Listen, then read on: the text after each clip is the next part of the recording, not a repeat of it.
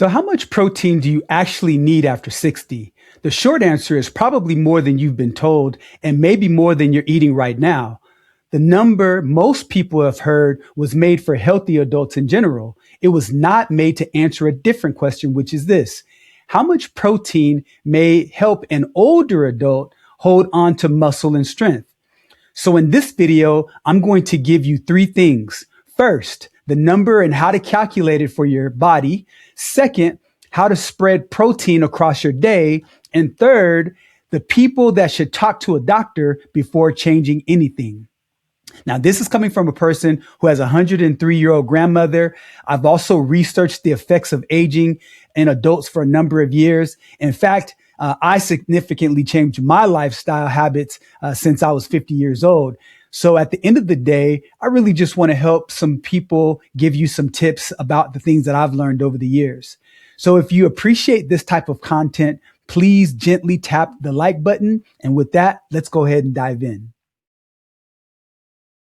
Let's start with why your protein intake changes at all, because this is the part almost nobody explains. You see, when you eat protein, your body breaks it down into building blocks called amino acids. Your body uses those building blocks to repair and maintain muscle.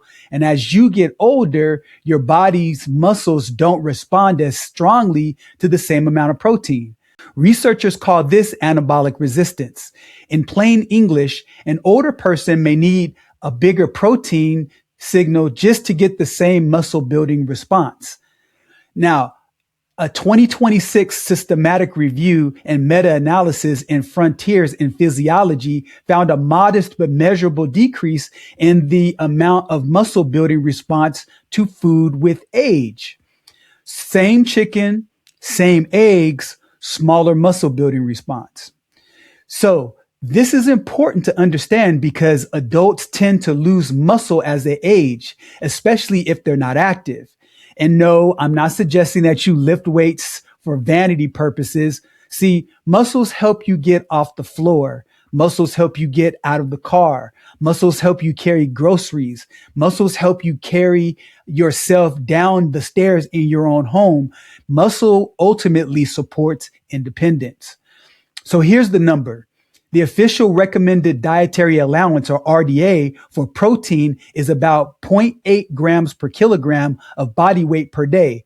And that's about 0.36 grams per pound, or 54 grams for a person who's 150 pounds, or 72 grams for a person that's 200 pounds. So I want to correct the common misunderstanding, because the RDA is not simply a deficiency number. It's almost designed to meet the needs of nearly all healthy adults, but it was not designed as an older adult muscle building target. For older adults, major expert groups commonly suggest about 1.0 to 1.2 grams of protein per kilogram of body weight per day. So to keep things simple, let's translate that roughly to 80 grams for a person who's 150 pounds. Hopefully you can get to 150 years, and 105 grams for a person who weighs about 200 pounds. Some adults who are sick, injured, or undernourished may need more, but that should be individualized. So now, let's be honest about how close your normal day comes to that range. Before I go to the next part, drop a comment below and tell me what you had for breakfast this morning. Not what you should have had, but what you actually had. Now, here's one place where I want to be very precise. Your total protein for the whole day matters most, and how you divide it across meals may help too. But the research is not strong enough for me to tell you that there is one magic amount that switches muscle on every meal. Studies of muscle building after a meal suggest that older adults often need more protein at one sitting than younger adults to get the same response. So what does about 25 to 30 grams of protein actually look like? Because grams are useless if you can't picture them. So here are a couple of examples. this will give you a general idea. So 3 ounces of cooked chicken breast has about 26 grams of protein. 1 cup of low-fat cottage cheese is about 25 grams. 2 large eggs give you about 12 to 13 grams. So eggs alone may not help you get to the 25 grams. Now, a 5.3 ounce cup of plain Greek yogurt often has about 15 grams, give or take, and the grams may vary by brand. Okay. So half a cup of cooked black beans has about 7 to 8 grams, and canned tuna can vary quite a bit by brand and by how much is drained. So check the number on the back of the can. So the point is not to memorize every number. It's to learn what a protein rich plate looks like. So a palm size serving of meat or fish or chicken or something like that is a useful rough guide. So that'll help you not have to have a scale everywhere you go. So it's not exact, but it's better than guessing. Quick break. If you want to see where protein fits into the bigger picture of staying independent, I built a 5-pillar self-check-in. It actually has 20 questions and it takes about 2 minutes. And what it does is it helps you see which pillar may need more attention. So check the description and the pinned comment below. Okay, so now the important part. So I'm not going to bury it until the end. This advice is not for everybody. So if you have kidney disease, use the number your kidney doctor or dietitian gives you. Liver disease is also not a simple reason to cut protein. Current liver guidance often recommends enough protein to protect muscle, even in cirrhosis. So the right amount depends on your condition. So if a doctor has already told you to limit protein, please follow their advice. If you have a serious medical condition, or if you're not sure whether your protein is safe for you, ask your doctor or dietitian before making a big change. So remember, this education is not medical advice. My goal is to help you ask a better question at your next appointment, not replace your doctor. So let me handle 3 common concerns. First, I don't want to get bulky. Okay. Well, here's the reality. Eating more protein by itself won't suddenly make you bulky. Building a lot of muscle takes training and time and enough food.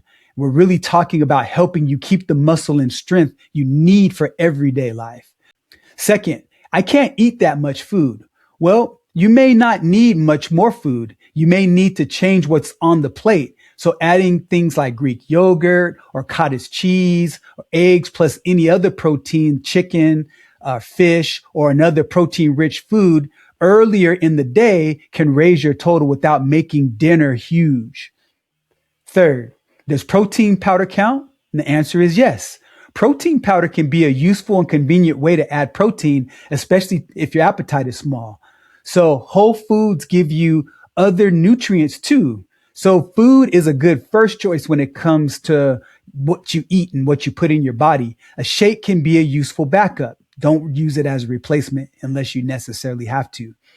So, and if you know somebody who's over 60, who's living on toast and tea, send them this video because sometimes it's easier to hear from someone else outside of the family. So here's the whole thing in one breath. For many healthy older adults, expert groups suggest this: about 1.0 to 1.2 grams of protein per kilogram of body weight per day. Your total for the day matters most. A simple starting goal is around 25 to 35 grams at a meal, while remembering that this is not a magic cutoff. And if breakfast is low in protein, that is an easy place to start. Now, the main point I want to drive home is that you need to eat enough protein to give your body what it needs to stay strong enough to keep doing your own things in your home on your own terms. See, protein gives your body the building block it needs to maintain muscle. If you have not watched it yet, my video on the 5 pillars of independence explains where this fits into the bigger picture, and I'll put it on the screen now. So next, I'm covering the second pillar, which is strength. We will look at the chair test and what it can tell you about leg strength and mobility. So in closing, in the next video, I'll be covering the next pillar. So stay tuned for that. And please, by all means, like, share, comment, subscribe. And I look forward to seeing you in the next one.